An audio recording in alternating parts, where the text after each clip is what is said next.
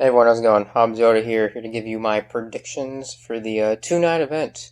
Too big for one night, only because they made it too big for one night with a bunch of non-story build-up matches. But yes, it is the most underwhelming WrestleMania yet, sadly, which is really sad since we do have big things happening, like freaking Edge coming back the first time in 9 years to no crowd reaction for his first match, and his first match being back, and we also have freaking Drew McIntyre finally getting a chance at the title, which will also, if he wins, win in front of nobody. But it is what it is. Due to the empty arena, at least, we do have some fun matches that are going to take advantage of that, like the Last Man Standing match. Hopefully, they'll take advantage of the fact that they do have an empty arena.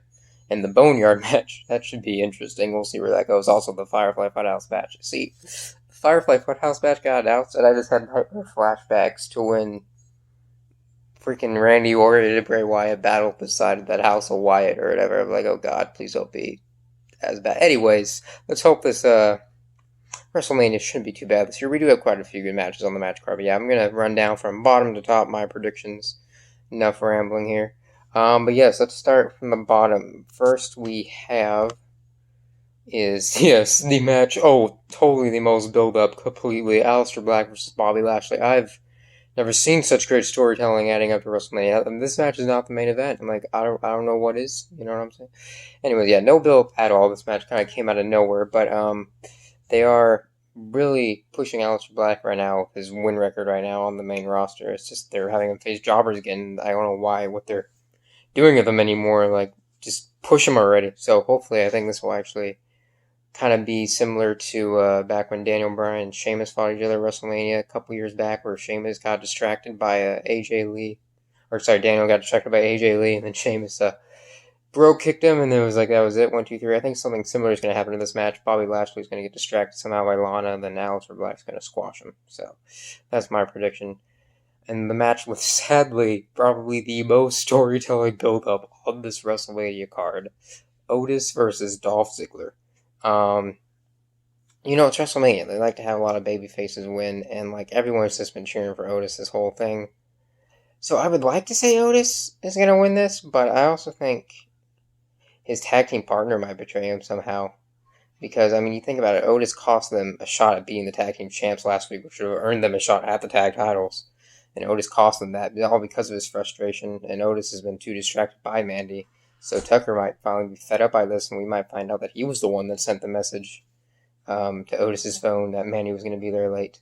So I think somehow Dolph Ziggler is going to pull out a win here. Is going to be my prediction. King Corbin versus Elias. I'm going to guess that they're done pushing Corbin. Like, I don't know. Hopefully this will finally push for Elias. I'm going to predict Elias, but I'm not going to be surprised if I'm wrong. And then we have the women's tag team champions. The Kabuki Warriors will be defending their titles against Alexa Bliss and Nikki Cross.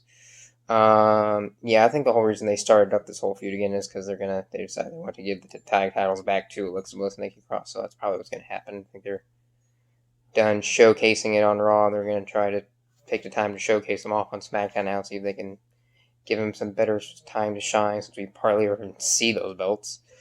Next, so yeah, I think Alexa Bliss and Nikki Cross are going to win. Next match, though, is the Raw Tag Team Championships.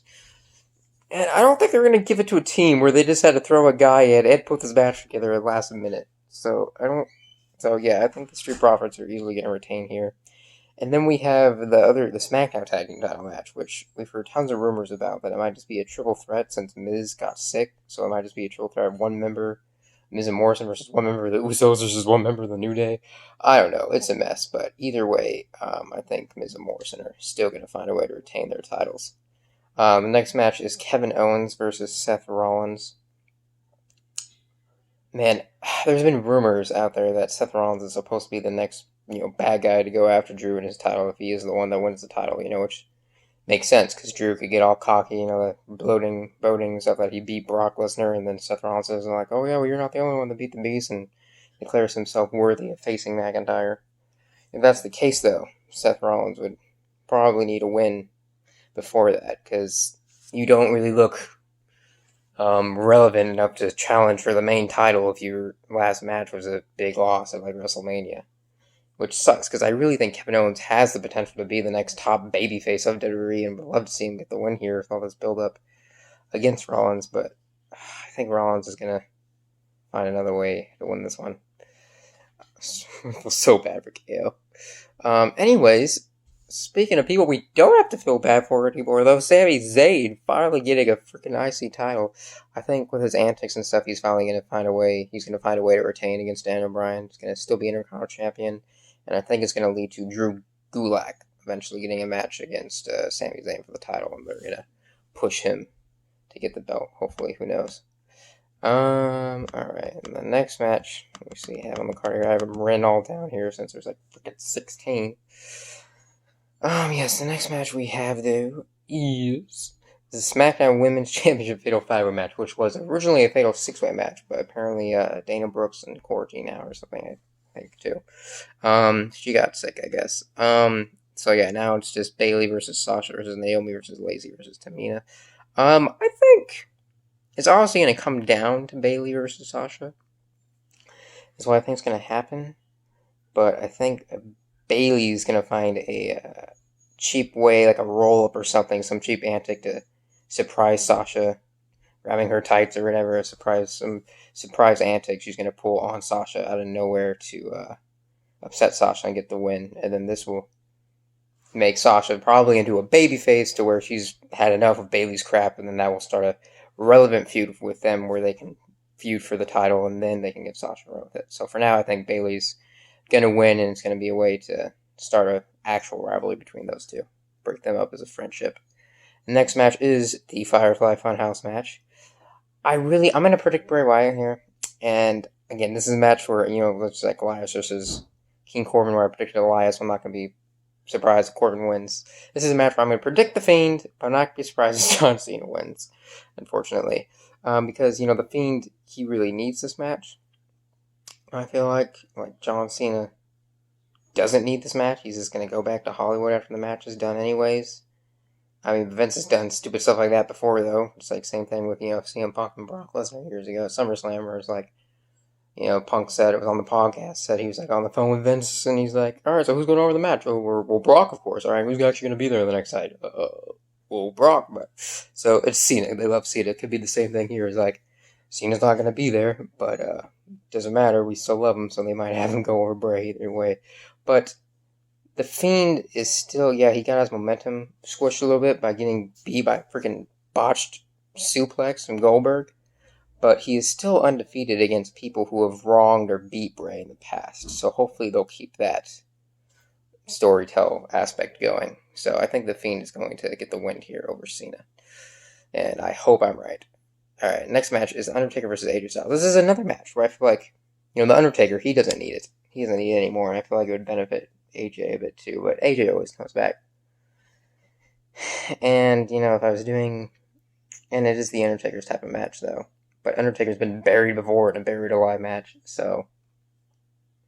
But Undertaker, in his promo against AJ this past Raw, I think mentioned, like, an unholy trinity that he had with him. So I think there's gonna be two people that are gonna help him with the numbers game against Gallows and Anderson. So I think Undertaker, and because it's the Undertaker, everyone wants to see him back, is gonna find a way to win the match. The next match, the last man standing match, probably the match I'm most hyped for, Edge versus Randy Orton. Sorry, camera shaking. But anyways, last man standing match. Like, it's Edge's first match in 9 years. It's gonna be a ballsy move if they don't have Edge, with this thing. And it wouldn't really make much sense, though, either, if they didn't have Edge win. So, like, Edge, I think, obviously has to pick up the win here. Next is the NXT Women's Championship match, Rhea Ripley versus Charlotte Flair. This could go either way. I feel like this could, if Charlotte Flair wins, they could use this as a way to bring Charlotte Flair over to NXT to try to get the ratings up there, and then push some other next big superstar over, because that's going to be a huge push for whoever beats her for the NXT title next, whoever beats Charlotte Flair if she does get the NXT title, whoever beats her next to that title, it's going to be a huge push for them on NXT. But Rhea Ripley, I feel like, can be the future of the women's division and does deserve the win here. So, God, I don't know. This one's tough. Because, like, I don't know, someone could Bianca Belair get interfered somehow. I don't know. But, like, Charlotte Flair really does not need the win. She doesn't need to. She's like, oh, I beat everyone. But she does not need to. maybe that's part of the thing. Maybe because she gets so cocky, she will win. Be like, now I have beat everyone, and then someone will finally uh, bring down her pride and beat her. I don't want to be Charlotte though, but knowing Vince, I'm going to predict Charlotte Flair. And the next match is the Raw Women's, because that's like the only match too. That's for the NXT title versus NXT Superstar against a main roster superstar on the card. Why else would they put it on there? Match like that on there, unless there was going to be some sort of shakeup where they are going to have the main roster star beat the NXT star to go to NXT. So I think Charlotte. And no, again, knowing Vince, that's why I'm saying it.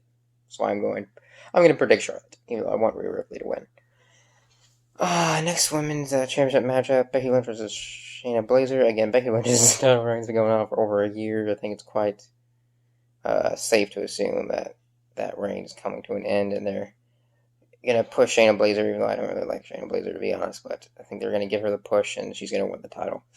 Next match. Oh yeah, Goldberg. So Roman Reigns dropped out of this match. I think they're gonna have a replacement, but I'm not like 100% sure of that. But everyone's saying it's gonna be Braun Strowman. So if it is Braun Strowman, I'm gonna say Goldberg's still gonna win because they are eventually. I don't know, because I would say they are eventually gonna want to give the title to Roman, but they may not because he backed out. But I mean, you know, you can't blame him for backing out. But again, it's Vince here we're talking about. But yeah, I think Goldberg's going to keep it, and they're going to probably take a break after Mania and decide what they want to do now. Who they want to take it off Goldberg. They're gonna deal with that later, I think. And the next match, the main event, which should be the main event, and I really hope it is, Brock Lesnar versus Drew McIntyre. Drew McIntyre has got to win here. Like, okay, the only circumstance, like the only thinking I could see as to why they wouldn't have Drew McIntyre win is so they can actually have him win it from Brock Lesnar later on. There's an actual crowd, but to be fair, we don't know how long this whole virus thing is going to go on for. So I think it's safe to say, yeah, Drew McIntyre is going to pick up the win there. But yep, that's my WrestleMania predictions. Let me know what y'all think and how much of a video you think I am, but I guess we'll find out soon, right? Find out tomorrow night and Sunday. So yeah, and after tomorrow night, I'll be streaming my 2K20 Universe Show NEW. We're on our WrestleMania pay-per-view card in there too, so I'll be streaming my WrestleMania show for my Universe Show tomorrow night after Saturday night's WrestleMania. So stay tuned for that. Hope to see y'all then. And plenty more content to come on the channel as always, even sooner. Alright, peace out.